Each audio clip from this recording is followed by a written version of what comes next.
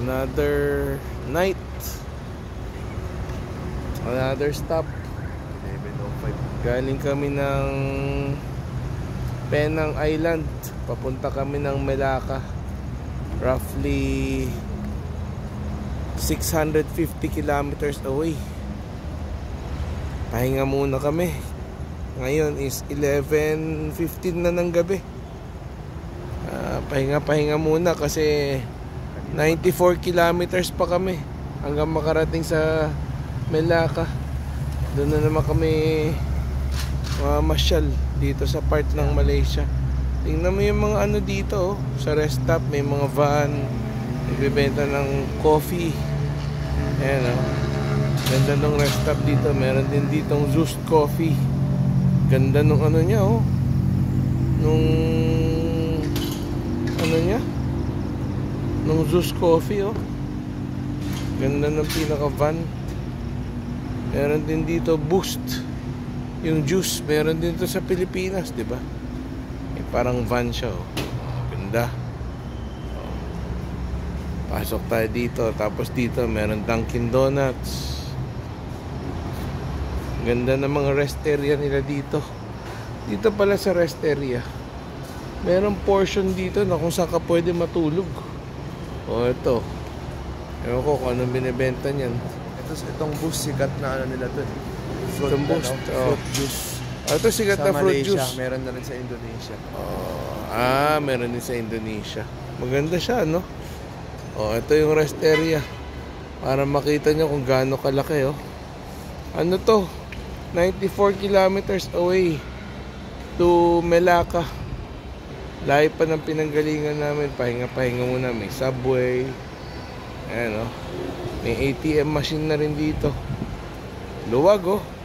Parang gymnasium sa luwag. Daming tindahan, although yung iba sarado na kasi gabi na. Ayan, oh, may mga tindahan. Pero meron pa rin talaga mga bukas. Ayan, oh, kung mapapansin mo, ayan yung dining area nila dito. Ang laki. Sobrang laki. Para na tong warehouse, eh. Ayan, meron siyang dining area dito, oh. Makikita mo, ayun, oh. Sa malayo, oh. Ayun, oh. Pakihan natin. I-zoom natin para makita. Ayan, oh. Iba-iba yan. Sizzling Clay Pots, Diba Cafe, Western Satay. Lapit tayo. Ayan, oh. Ayan. Ayan, oh.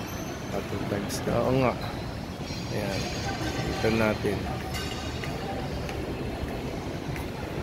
Ayan. May Yati Cafe. Iba-iba, eh. Ayan. Turo-turo. Iba-iba. Ito parang turo-turo nila, oh. Western Satay. Ayan. Ayan yung mga tinuturo mo. Ito beef, oh. Daging. So yung beef. Ano to? Ayan, oh. Nasi daging.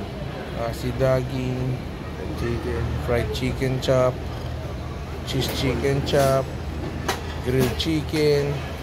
Ito wedges. Ayan. Coffee. Ayan. Yati Cafe. Iba-iba. Bibenta sila ng tubig rito. Meron din itong mga cake. Buhay na buhay pa rito yung dining area. Yan, ikot ko muna yung camera para makita nyo. Ayan, dahil pa kumakain dito sa Malaysia, oh, pag ganito ng oras. Madam yan. Keday makanan. Ayan, ayan. Malaysian food siya. Malaysian food siya. Ayan, may mga nag-order. May mga char kway-tiao. Tapos yun, bihon. mukhang ano, eh, pancit canton. Ito, pancit bihon. Sa likod dun, itlog ng sambal. Ayun. Ito char kway-tiao. Ang daming klaseng ulam. May fried chicken dun. Meron din coffee bean and tea leaf dito. Yan, mga Malaysian flag naka-display. Ayun. Ayun. Welcome to Malaysia. Pagpunta doon yung papunta sa toilet. Tapos ikot tayo rito. Meron din ditong gandang grocery convenience store. Ano to? Convenience store? Parang ganun. Tapos taas meron siyang, ayan o, Korea's #1 convenience store. Meron siyang ramyun library. Parang yung sa Kim's Ramyun na sikat sa Pilipinas. Kim's Ramyun, sikat sa Parang Pilipinas. ganun din siya dito. Ramyun library. Ayan, Yung mamimili ka ng mga instant noodles, lagyan mong topping. ayan, nice. Korea's #1 convenience store. Meron siyang ramyun library. Yung ikaw mapimili kung anong ingredients ilalagay mo sa instant noodle. Para siyang Korean. Ito yung sikat sa Korean. Yung kukuha ka ng flavor ng inumin mo. Tapos kukuha ka ng baso na may ice. Kaso ubos na kasi ngayon dito. Ikaw kukuha ng flavor ng inumi, tas baso na may ice, tas ibubuhos mo siya. Ganon, ayan. May Jack and Jill potato chips nga eh. Dito.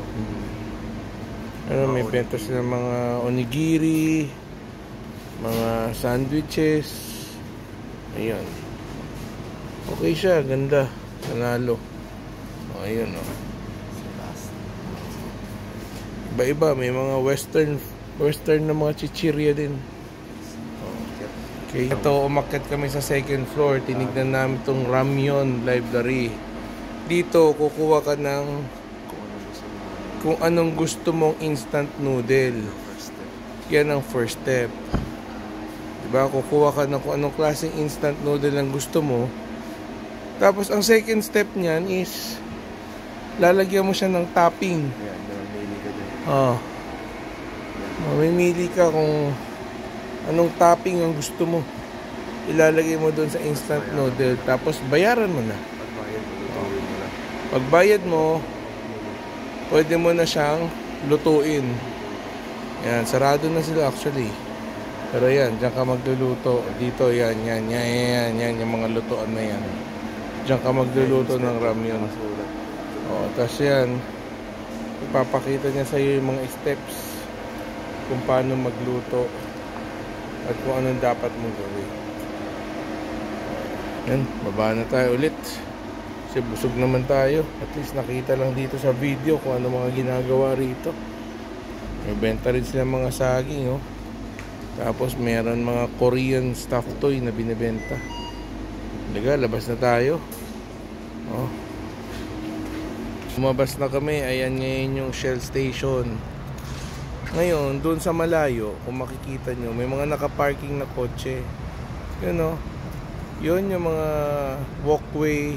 At yun yung mga rest area ng mga truck. Ayun, daming truck doon sa likod. Ayun, doon sila nagpapahinga. Pwedeng matulog ang mga driver dyan kahit overnight. Katulad din nga ng sinabi ko kanina, ang mga CR dito, meron na rin paliguan. So yung mga driver, para ma-refreshen sila, pwede na rin silang maligo. Ayun, may paparating na truck para gumarahe. Alright, see you.